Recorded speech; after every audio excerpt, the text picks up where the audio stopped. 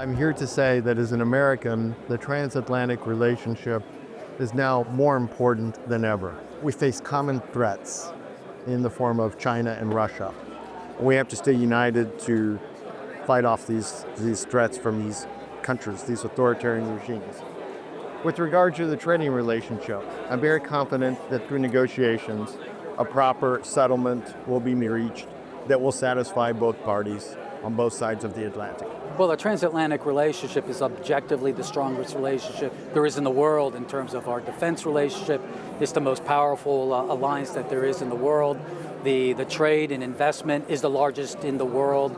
The cultural relationships that we have, many Americans, such as myself, where origins are here in Europe. So it's objectively very strong, which I think makes it easier to work on these very difficult trade issues. I mean, the goal of it is to reduce the trade barriers that exist between the two countries. So in terms of will it do lasting damage, I just don't see that happening. I think it's actually going to help reduce a lot of the obstacles that prevent a far more economic growth that we've seen in the past. And after this difficult period, when trade barriers are lowered, you're going to see more trade, more investment, and greater economic growth to the benefit of both. What's important to remember with regard to the Trump administration is not to look at the tone and all the noise, but to look at the direction of travel. And I'm an optimist when it comes to the direction of travel with this administration. I think we're in a rough period right now, an uncertain period, but I think things will stabilize. President Trump has indicated that he wants a trade agreement with the European Union, and I think he's sincere about that. He's indicated that he wants to have peace in Ukraine, and I think he's sincere about that. I would advise our European viewers that not to automatically think that Trump is going to side with the Russian side. He knows that an agreement needs to take place between Russia and Ukraine, and that as many interests on the two sides are met at the end of the day. I think it has frayed emotions quite a bit. I think that there needs to be a rebalancing on security. I think that was one of the irritants for President Trump, that we were paying more for Europe's security than Europe was.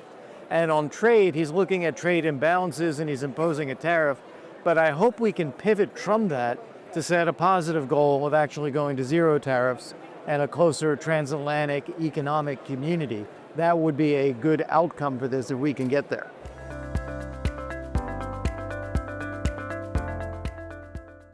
Well, I think our main strategic objectives is to fend off our common enemy, which we've identified, the authoritarian regimes primarily in Russia, China, Iran, and North Korea. That's our common enemy, that's our common goal, that's our common objective. I will quote President Martens. When he came to Washington, he told Senator McCain and myself, together, we Europeans and you Americans, we united, we won the Cold War, we will now win this new Cold War. And I'm very confident that that will happen. Well, the strategic objective for the United States is to deal with communist China. Communist China has made very clear that they seek world domination. They want to push their communist ideology all over the world. They're bullying their neighbors in the Indo-Pacific. And I think it's very important that the two most powerful blocs, the United States and Europe, work together. Building up the defense of Europe is critical, so NATO is key to that, and I'm very hopeful about that happening. We're hearing great things about Europe's determination to increase spending. The stronger we make our economic relationships, the wealthier we are. That's great. And also to coordinate our efforts to counter China and their cheating on the global stage, especially on trade.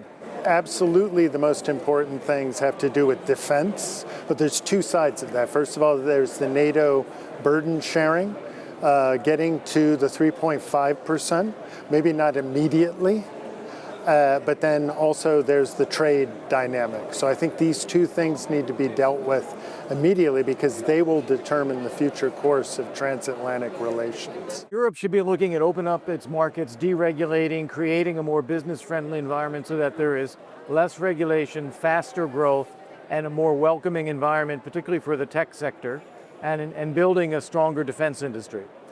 For the United States, it's to have a strong, reliable partner in Europe where it's a balanced trading relationship among ourselves, but together we present a much stronger united front vis-a-vis China.